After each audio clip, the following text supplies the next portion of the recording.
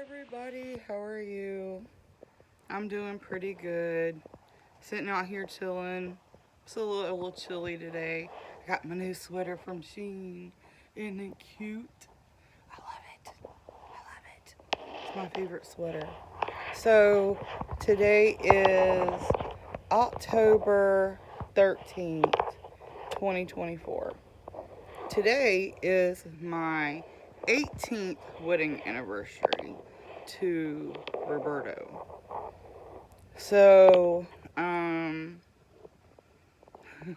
we we've been together 24 years because we met in March of 2020, and then we got married. I made him wait 6 years to marry me because I was terrified of marriage. Like I was so scared of marriage. So, I was just terrified of marriage, so I just like made him wait 6 years before I'd marry him. And then by that time we had 3 kids. So I was like, okay, well, we've made it 6 to 7 years. We have 3 kids. Might as well get married. So we got married October 13th, Friday, October 13th.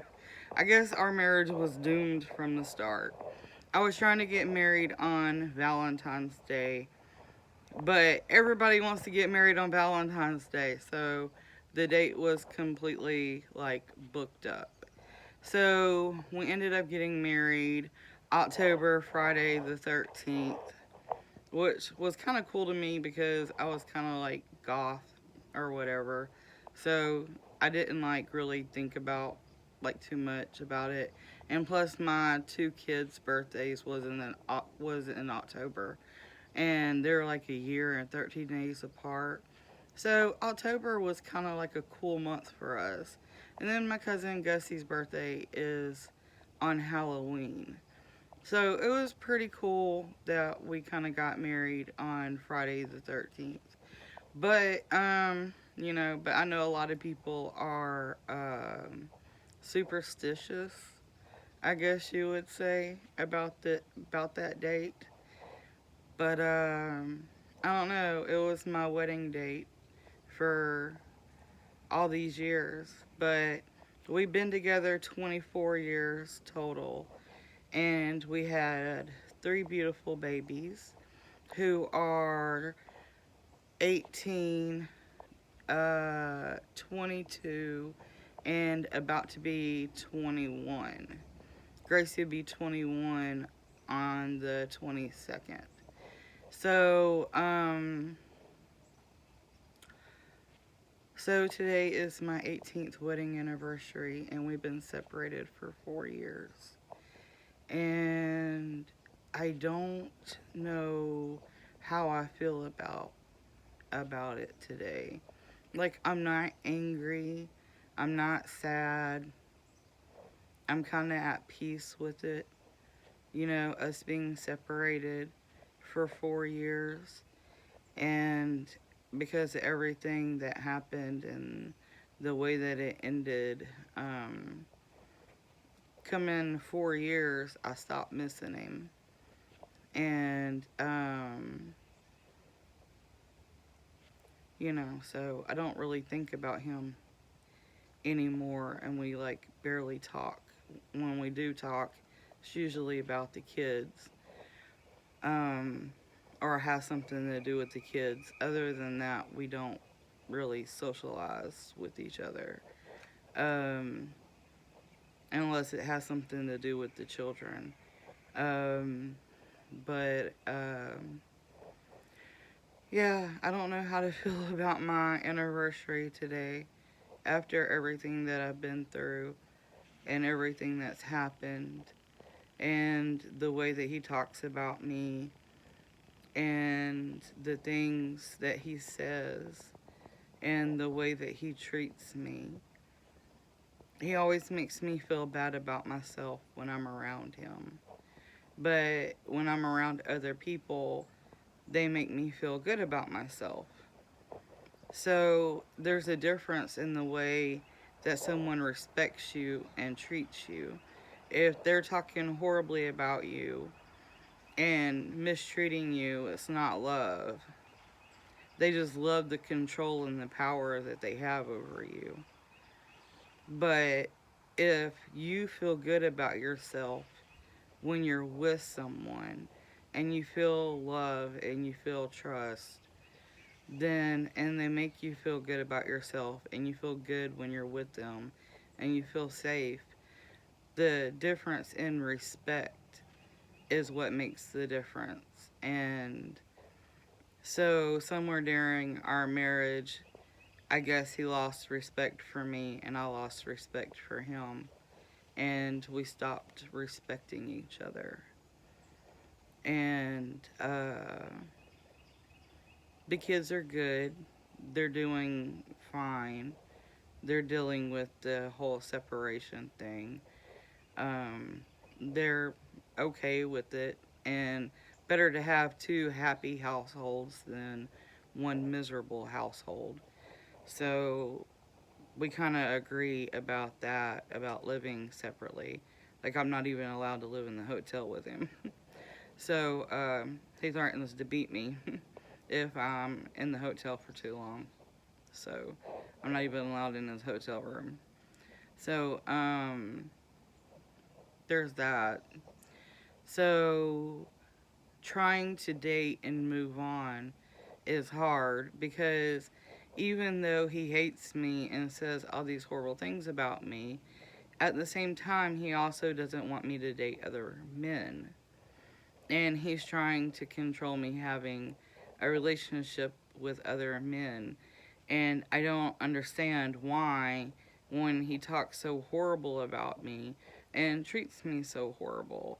Like, he doesn't even want me to have a home, and he keeps saying that he's not going to bless me with a home.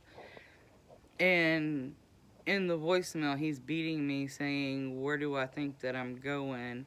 You fat ass bitch. Now you're not getting an apartment." So I listened to the voicemail again today, and then I listened to what the doctor said about the inside of me to remind me of the reason why we are separated and why we're no longer a family. And I have to say, I'm mad at him for tearing our family apart and putting me and the kids through all of this. But, he could have ended it on a good note instead of, and just divorced me instead of, you know, butchering me. This terrible thing to do to somebody. And it hurts really bad. The pain is really bad. It's unbearable. And to have that much hate for me and to want to take my life from me. And, the injuries I have, that's not a Ponzi scheme. Like, you really wanted my pulse to stop. Like, you were really trying to stop my heartbeat and take my life from me. And, and I look at the Scott Petersons and, you know, all this stuff,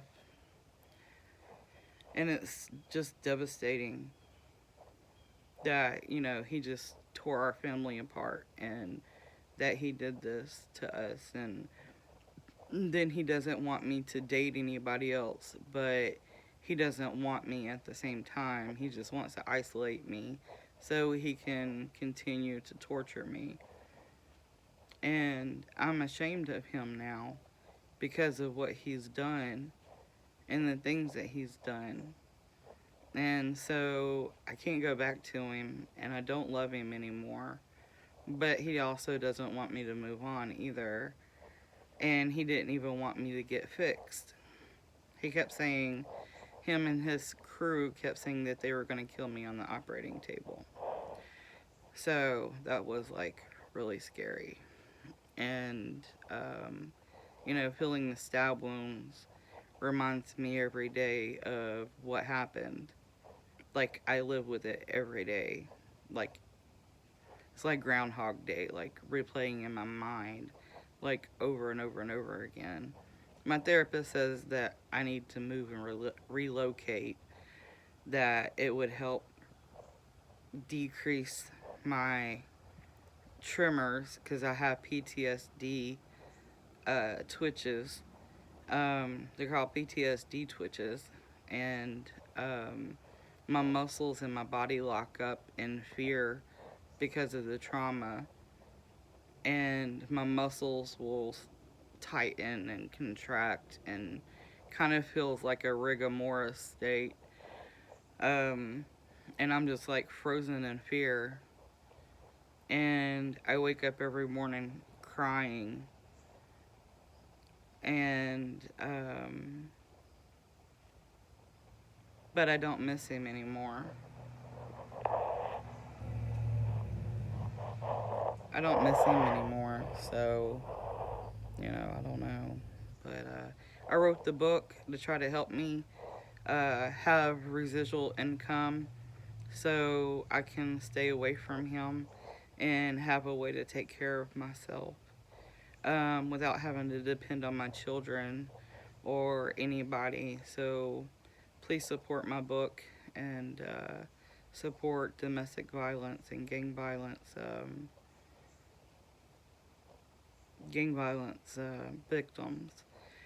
The reason why is gang violence is because I found out my husband was secretly in a gang all these years and I didn't know it. And so when I tried to leave him and I asked him for a divorce, they came in and attacked me when I was trying to leave him. And they tell me that I'm not allowed to leave him. So trying to get away from him has been rather difficult. And I have my court hearing coming up the next month on the 14th. So I'm praying for a good outcome so I can get away before he actually does kill me. But